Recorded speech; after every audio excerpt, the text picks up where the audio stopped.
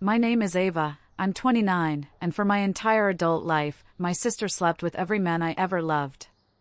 Before I tell you about how I finally put an end to it by introducing her to the man who would destroy her life, let me know where you're watching from in the comments. The screen of my phone cast a cold, blue light in the dark of my apartment. It was 3:14 a.m. One new voicemail. The notification glowed with a name I knew would one day bring me nothing but ruin, Chloe. My little sister. I pressed play, and her voice, ragged and torn apart by frantic sobs, filled the silence. Ava, please pick up. I'm in county jail. They're saying. Oh God, they're saying I might go to prison.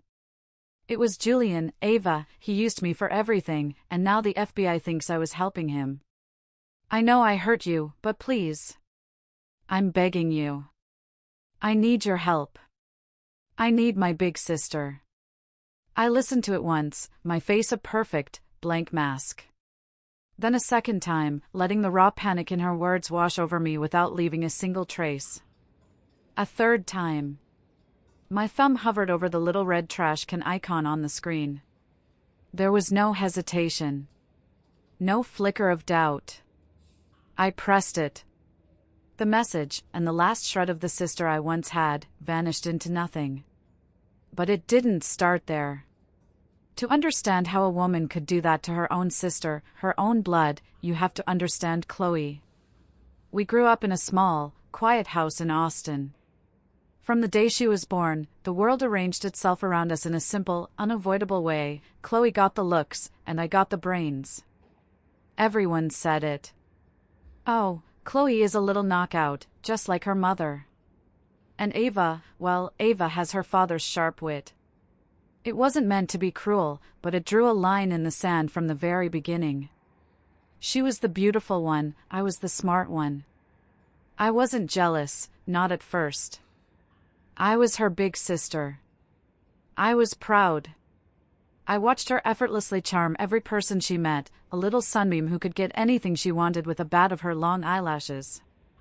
I was the one who helped her with her homework, who proofread her essays, who guided her through the social minefields of middle school.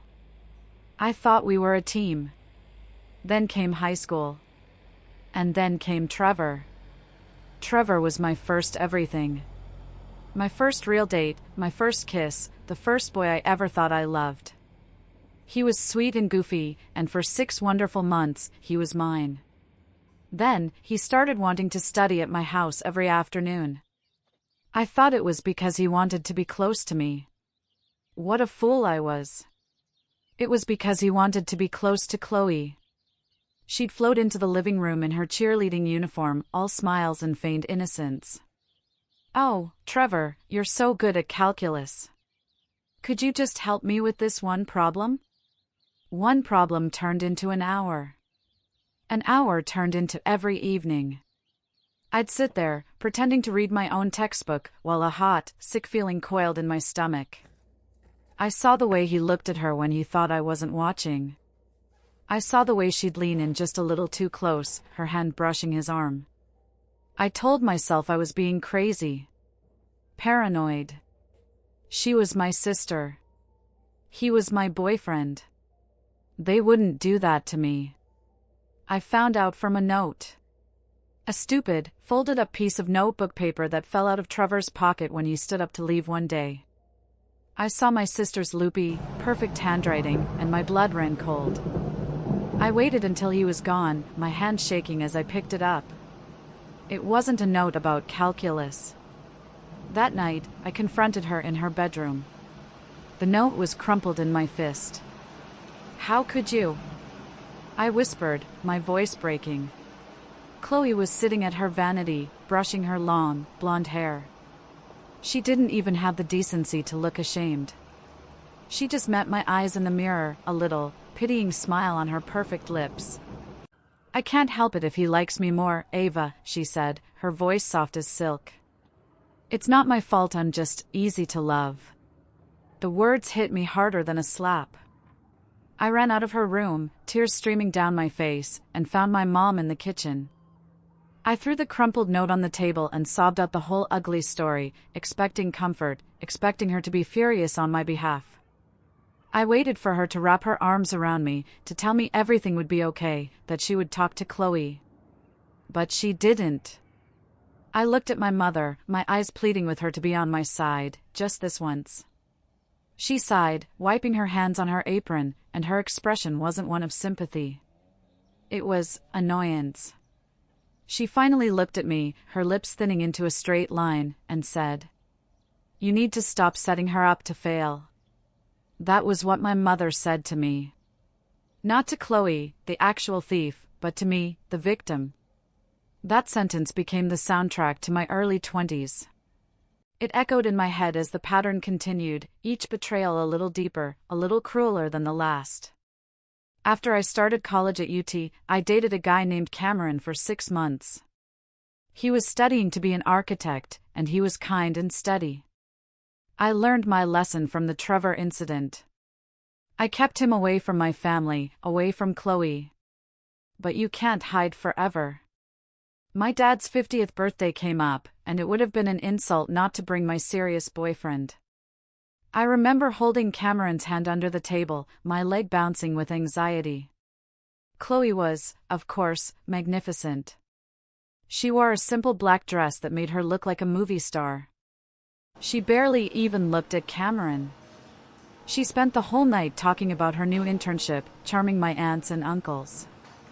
I actually let myself relax. I thought, maybe she's finally grown up. Maybe we're past it. 1 week later, at 2 a.m, my phone rang. It was Chloe, sobbing hysterically. "Ava, I'm so sorry to call, but my car broke down on the highway and my phone's about to die. I can't get a tow truck for an hour. I'm scared." Of course, I panicked. I was about to throw on my clothes when she said, "Wait, isn't Cameron a really heavy sleeper? Could you just give me his number? He lives way closer to I-35 than you do. He could just wait with me. Please, I'm really freaking out." It sounded logical. I was worried sick. So I gave her his number. He was a good guy, of course he would help my sister. He called me an hour later to say she was safe and he was taking her home. The next morning, Cameron came over to my apartment. He wouldn't look me in the eye. He just stood in my doorway and said the words I already knew were coming. "I'm so sorry, Ava. It just happened." They had slept together. The breakdown was a lie. Her car was perfectly fine.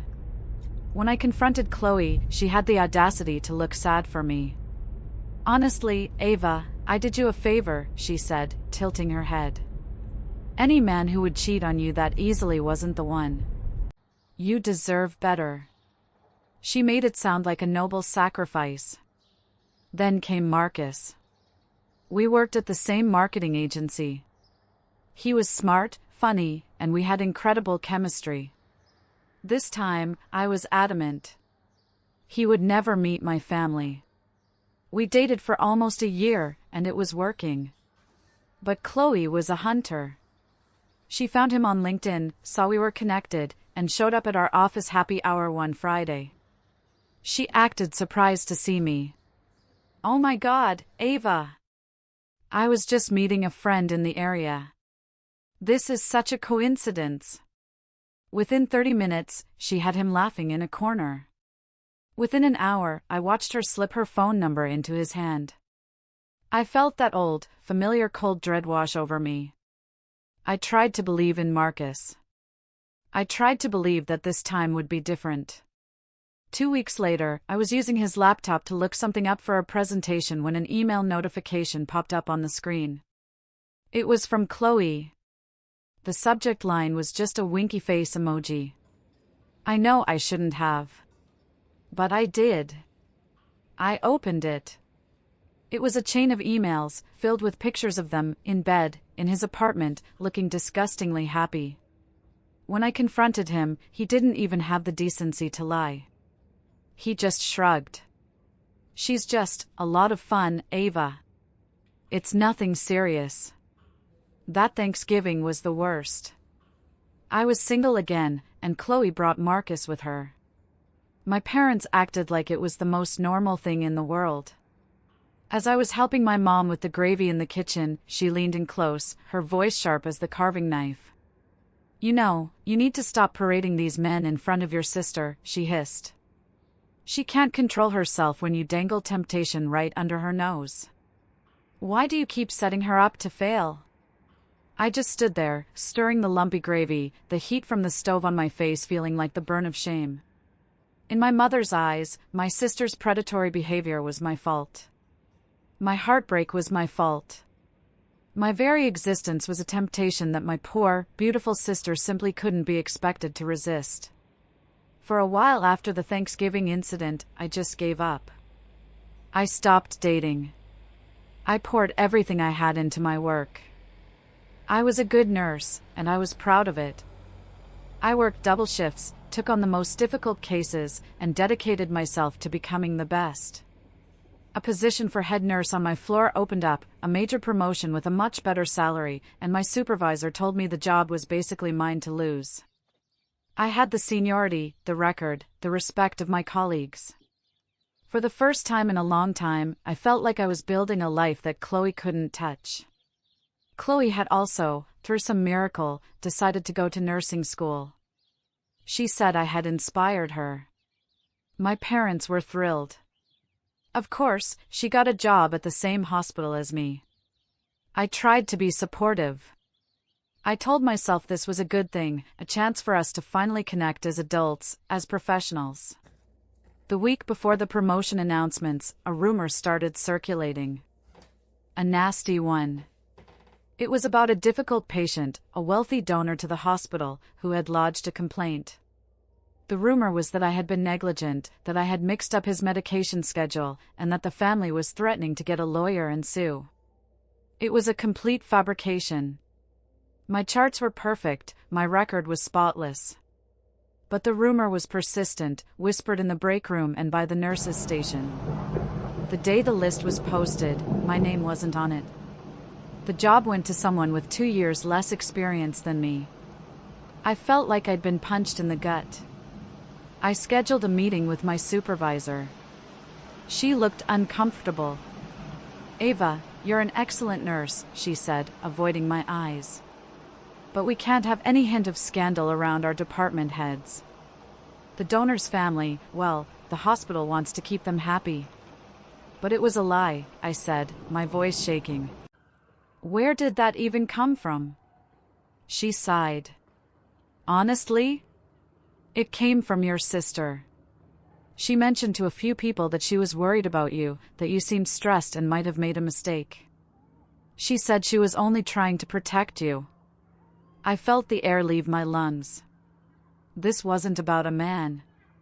This was about my life. My career. Something I had built for myself, with my own 2 hands. She hadn't just stolen a boyfriend, she'd stolen my future. I went looking for her and found her in the cafeteria, laughing with a group of residents. I pulled her aside, my hands shaking with rage. "Why, Chloe? Why would you do that?" She dropped the sweet and innocent act. Her eyes turned to ice. "You always thought you were so much better than me, didn't you?" she hissed. "The smart one." Well, who's the smart one now? That was the wound that cut the deepest. But it wasn't the last. A few months later, I was dating again. A nice, quiet man named Derek. An engineer. He was safe. He was stable. And he was the one I was with when the final violation occurred. Our grandmother had passed away a few years prior, leaving me her most prized possession, a delicate, gold locket. It was my most sacred treasure. I kept it in a velvet box in my jewelry drawer. One weekend, my apartment's water heater broke, and I had to stay with my parents while it was being fixed. Chloe, of course, knew I was there. The week after I moved back in, I couldn't find the locket. I tore my apartment apart, my panic growing with every empty drawer. I called my mom, sobbing, asking if I might have left it at their house. She helped me look, but it was gone. I was devastated. I assumed it had been lost in the move, a casualty of the chaos.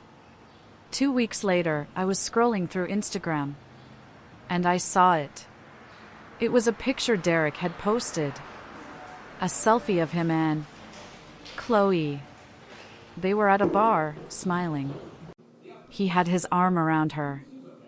And there, nestled in the hollow of her throat, shining under the bar lights, was my grandmother's locket. It wasn't just that she had slept with him. I almost expected that. It was that she had walked into my home, into my bedroom, opened my jewelry box, and taken the one thing she knew meant the world to me. She wasn't just taking my boyfriends anymore. She was taking my history, my memories, my identity. She was trying to erase me and wear my life like a costume. Staring at that picture, at the glint of gold on my sister's skin, something inside me didn't just break. It turned to stone. The hurt, the sadness, all of it burned away, and all that was left was a cold, quiet, calculating rage. If you're still listening, please help me out by liking this video and commenting the number 1 below. It lets me know you've given me a like, and that you're here with me on this journey. Your support is a huge encouragement for me to keep going. Just comment the number 1, and let me tell you what happened next. After the incident with Derek and the locket, I built a fortress around my life. I moved to a new apartment complex, changed my work schedule, and for nearly 2 years, I focused solely on myself. I slowly began to heal. And then, I met Liam. I met him at a friend's wedding. He wasn't my usual type. He was a software engineer, tall and quiet, with kind eyes that actually saw me.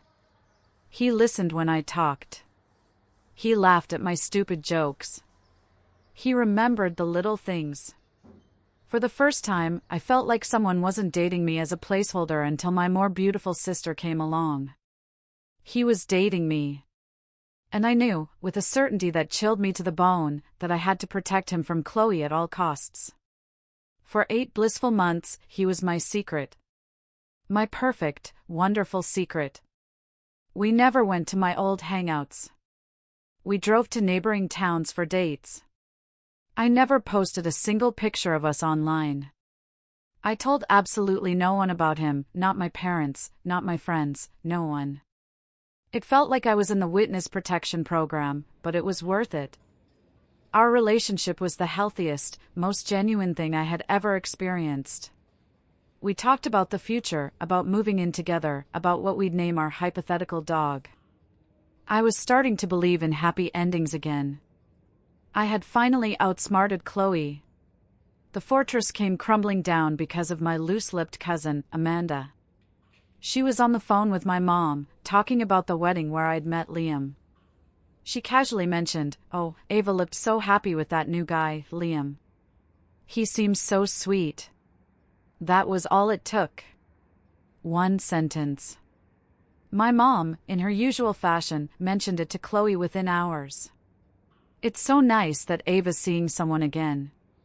I hope she doesn't scare this one off." My blood ran cold when my mom told me about the slip-up.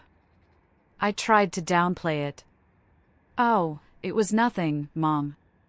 Just a few dates." But I knew it was too late. The hunter had been alerted to the prey.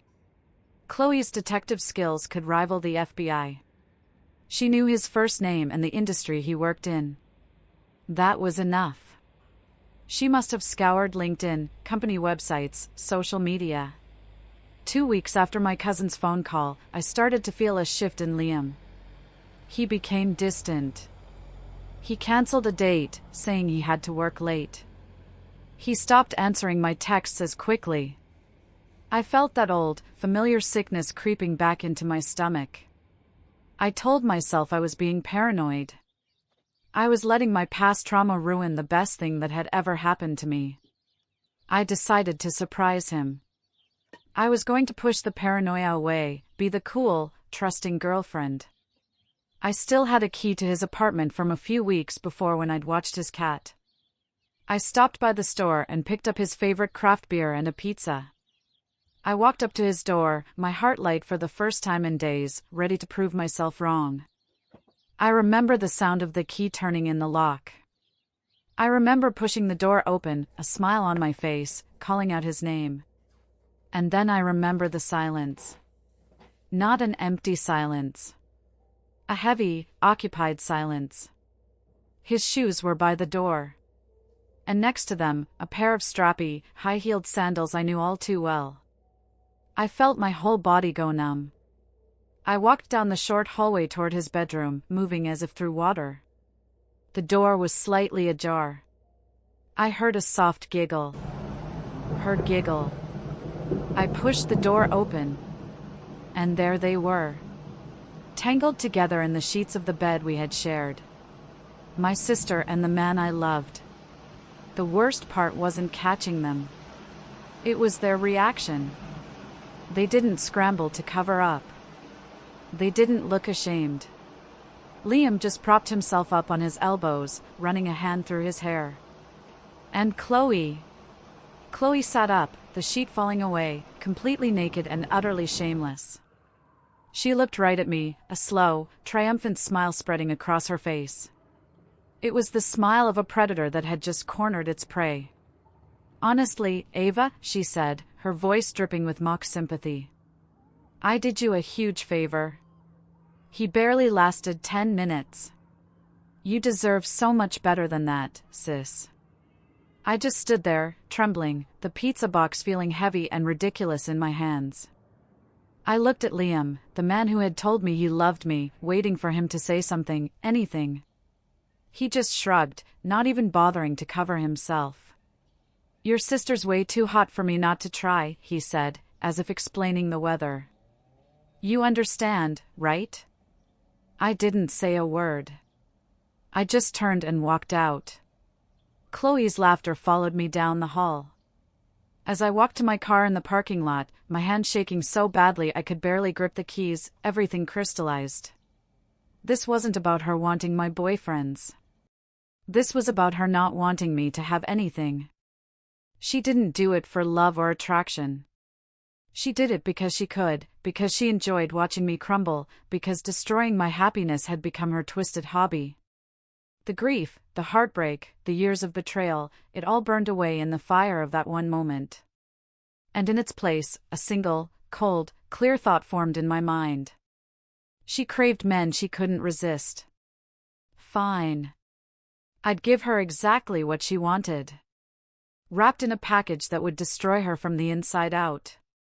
The 40-minute drive home from Liam's apartment was the calmest I had felt in years. The rage didn't feel hot anymore, it felt like ice, spreading through my veins and sharpening my mind. The tears were gone. The victim was gone. In her place was a strategist. I knew Chloe's type. It was her greatest weakness. She always went for the same kind of man, gorgeous, charming, and seemingly successful. She never looked deeper than the surface. She never questioned their stories or backgrounds. As long as they looked good on her arm and made her feel chosen, she was sold. That blind spot would be her downfall. I didn't know how to start, but I knew who might. My best friend, Maria, the one person who had witnessed the whole ugly history with my sister. She wasn't just my friend, she was a paralegal at a high-powered law firm in downtown Austin, specializing in financial crimes and messy, high-asset divorce cases. She had seen the absolute worst of men. The next day, I sat in her kitchen, a cup of coffee untouched in my hands, and I told her everything. The locket. The promotion. Liam. When I was done, I looked at her and said, I don't want to get sad anymore. I want to get even. I need to find someone who is Chloe's perfect man on the outside, and a complete monster on the inside. A man who will do to her what she's done to everyone else. Maria looked at me for a long moment, her expression unreadable. I thought she was going to tell me I was crazy. Instead, she just nodded slowly. Okay, she said, her voice firm. But if we do this, we do it right. We do it smart. no half measures. For the next 2 weeks, Maria's apartment became our war room. She had access to databases I didn't even know existed. We weren't just Googling. We were diving deep into public records, court filings, and background check services that her firm used. We were looking for a very specific profile, a man with a history of charming wealthy women, a documented pattern of financial and emotional abuse, but no violent felonies that would make him an immediate physical threat. He had to be a ghost, dangerous but not lethal. It took a week of digging through online drags, but then we found him. Julian Croft. His LinkedIn profile was a masterpiece. He was supposedly a venture capitalist from Dallas, with a professional headshot that could have landed him a modeling contract. He was all expensive suits, confident smiles, and posts about market disruption and empowering entrepreneurs. He looked like every woman's dream.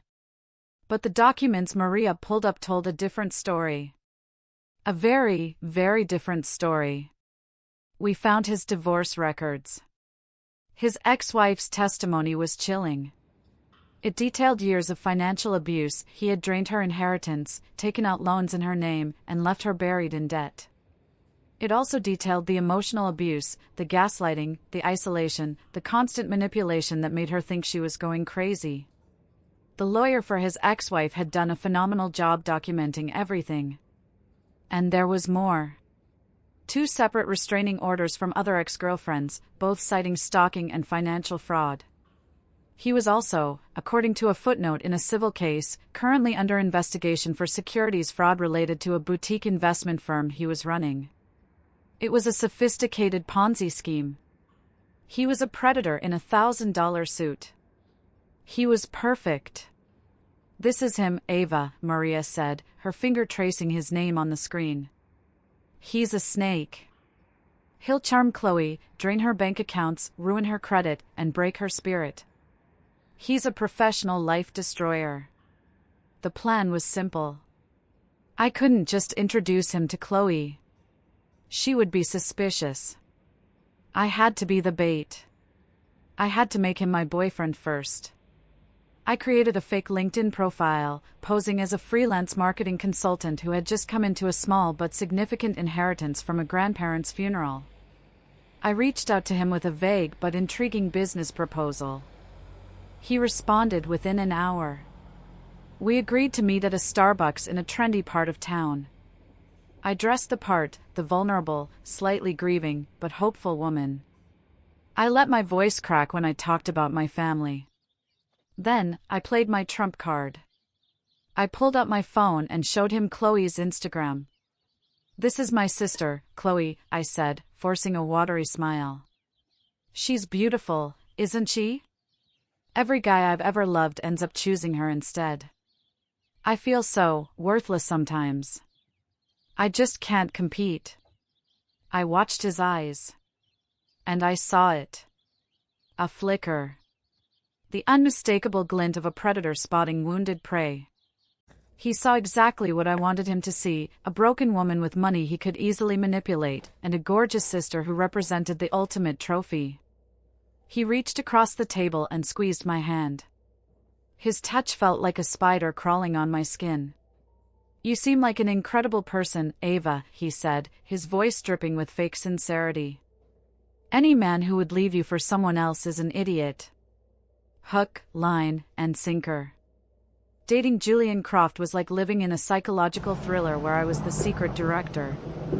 For 3 weeks, he played his part perfectly, and I played mine. He love-bombed me with a ferocity that would have swept any other woman off her feet. There were lavish dinners at the most expensive steakhouses in Austin, where he'd insist on ordering the finest wine. There was a surprise weekend trip to a luxury spa in the hill country. He showered me with compliments, promises of a future together, and talked about how he had never met anyone as genuine and pure as me. It was nauseating. Every touch made my skin crawl. Every compliment landed like a stone in my stomach. I could see the calculation behind his eyes with every move he made. He was building me up, making me emotionally dependent, getting ready to ask for a short-term loan for a can't-miss investment. I could see the whole playbook laid out in front of me. The only thing he didn't know was that I had written it. My friend Maria was my lifeline. Every night, I'd call her and debrief. He mentioned his portfolio today, I'd report, my voice flat. He said he wants me to meet his partners soon. Stay focused, Ava, she'd say, her voice a steady anchor. You're in control. Remember the goal. The goal. After 3 weeks of this charade, I knew it was time. I told Julian that I was falling for him, but I had one major fear. My sister, Chloe, I said, my voice trembling with practiced emotion. She has a history of stealing my boyfriends. I want to keep our relationship a secret from her for just a little while longer. I don't think I could bear it if I lost you to her. This, I knew, was like waving a red flag in front of a bull. I had just made myself the safe, stable option and Chloe the forbidden, ultimate prize. The final piece of the plan was my mom's birthday dinner. It was the perfect stage. I invited Julian as my date, telling him it was time for him to meet my family. But please, I begged, looking into his eyes. Promise me you'll be distant with my sister. If she thinks you're interested, she'll pounce. Just, for me. Please ignore her. Of course, my love, he said, kissing my forehead. I only have eyes for you. The lie was so smooth, it was almost impressive. He thought he was playing me, positioning himself to become my trusted boyfriend while planning to conquer my sister as a bonus. He had no idea he was a pawn walking into a trap I had spent weeks perfecting. The dinner was at a fancy steakhouse my dad loved. Julian performed his role flawlessly. He brought my mom flowers. He laughed at my dad's terrible jokes.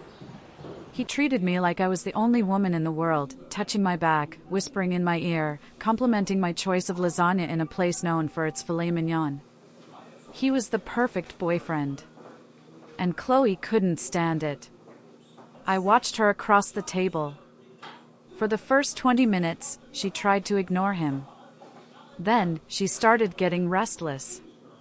She couldn't handle being irrelevant, especially when the man ignoring her was that attractive. The game began. She started directing her questions to him. She'd touch his arm when she laughed at something he said. She leaned in way too close, her cleavage on full display, whispering some inside joke only he could hear. Her flirtation became so obvious that even my oblivious parents started exchanging glances. This was my cue. I excused myself to go to the bathroom. But I didn't go all the way. I stood in the hallway, watching through the slightly cracked door of the private dining room. And I saw her move in for the kill. She leaned across the table, her voice a low purr. My sister's sweet, I heard her whisper to him. But she's pretty vanilla in every way. I could show you things she wouldn't even dream of trying. She ran her fingers slowly along his forearm. When I returned to the table 5 minutes later, I saw them. They were exchanging phone numbers under the table, their fingers brushing. The look on Chloe's face was one of pure, venomous triumph. Showtime. I looked at her, then at Julian. I let my jaw drop. I let a single, perfect tear roll down my cheek. Then I picked up my full glass of Merlot, looked Julian dead in the eye, and threw it directly in his face. The entire table gasped. The red wine dripped down his shocked face, staining the collar of his expensive white shirt. I can't believe you. I sobbed, pushing my chair back violently. I gave Chloe one last look of utter devastation and stormed out of the restaurant, making sure my sobs were loud enough for everyone to hear. It was the performance of a lifetime. The call I was waiting for came that very night. It was Chloe. Her voice was dripping with the fake, syrupy concern she had perfected over the years. Ava, oh my God, are you okay? I am so sorry. Julian totally came on to me at dinner. He was being so aggressive. But honestly, you're better off without him. Something about him seems really sketchy. I played my part. I can't talk about it right now, Chloe, I whispered into the phone before hanging up, letting her believe she had won another effortless victory. 2 days later, she was posting Instagram stories from his luxury downtown condo. Within a week, she had changed her relationship status to in a relationship with Julian Croft. Within a month, she had moved in with him completely and, as I would later find out, had given him her banking passwords for their shared expenses. I watched it all unfold from the sidelines, a silent observer to the train wreck I had set in motion. A part of me felt a grim satisfaction. Another, smaller part felt a growing sense of uneasiness. Chloe was walking blindly into quicksand, and I was the one who had pointed her in that direction. But then I'd remember the locket, the stolen promotion, Liam's empty shrug, and I'd push that feeling down. She was getting exactly what she deserved. The first crack in Chloe's perfect new life appeared 6 weeks later. I got a call from her. Her voice wasn't triumphant anymore. It was tight with anxiety. "Ava, this is so weird. A lawyer representing Julian's ex-wife contacted me. They're saying Julian hid assets during his divorce and that because I'm living with him and our finances are mixed, I could be held liable as an accomplice to fraud. They're saying I might get sued, too." I made sympathetic noises. "Oh no, Chloe, that sounds awful. What did Julian say?" "Oh, he explained everything," she said, her relief audible. "His ex-wife is just bitter and trying to cause trouble because he's so happy now. He said his lawyers will handle it." But that was only the beginning.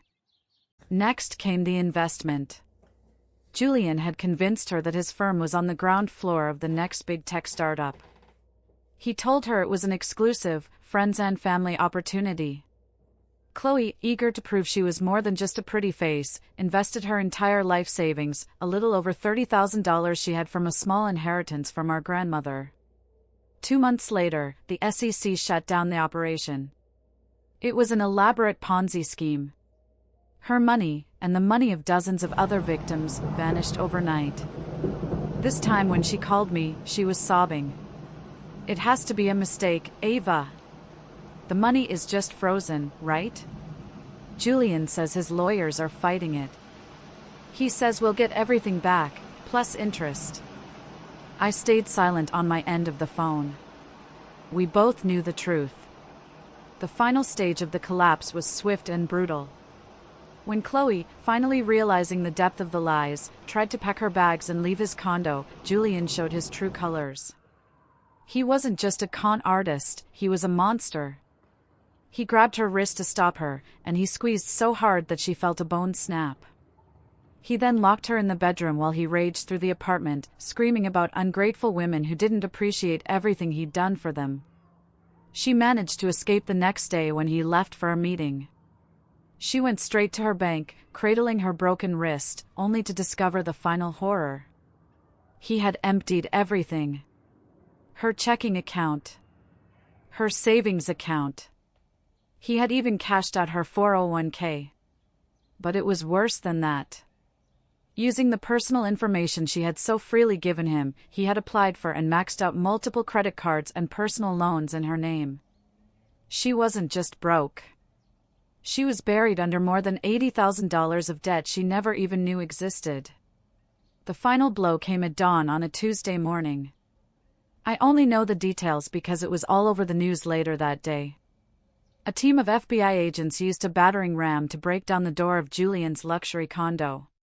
They found Chloe huddled in the guest room, terrified. And they found her signature. It was on dozens of fraudulent documents Julian had tricked her into signing, telling her they were for their investment portfolio or tax purposes. He had made her an unwitting accomplice to securities fraud, identity theft, and money laundering. My phone rang at 6:47 a.m. The caller ID was a blocked number. I let it go to voicemail. A minute later, the notification popped up. It was the voicemail I told you about at the beginning. The one from county jail. The one where my little sister, the invincible queen of my entire life, finally begged for my help. I listened to it 3 times. and then I deleted it. The local news picked up the story within days. Local woman arrested in multi-million-dollar fraud scheme. Chloe's mugshot flashed across the screen. Her mascara was streaked, her eyes hollow with a devastation I recognized all too well. It was the same look I'd seen in my own mirror for years. My mom called me, hysterical. "You have to help your sister, Ava. You have to get her a good lawyer. She made mistakes, but she doesn't deserve this. She made her own choices, Mom," I replied calmly, my voice even. Just like she did with Cameron, and Marcus, and Derek, and Liam. There was a long silence on the other end of the line. Then, my mom's voice dropped to a whisper. "You knew, didn't you? You knew what he was." I didn't answer. Because the truth was too complicated for a simple yes or no. Had I known Julian would break her wrist? No. Had I researched him thoroughly enough to know he was dangerous, manipulative, and capable of complete financial and emotional destruction? Absolutely. In the end, Chloe took a plea deal. She pleaded guilty to lesser charges in exchange for testifying against Julian. He was sentenced to 20 years in federal prison.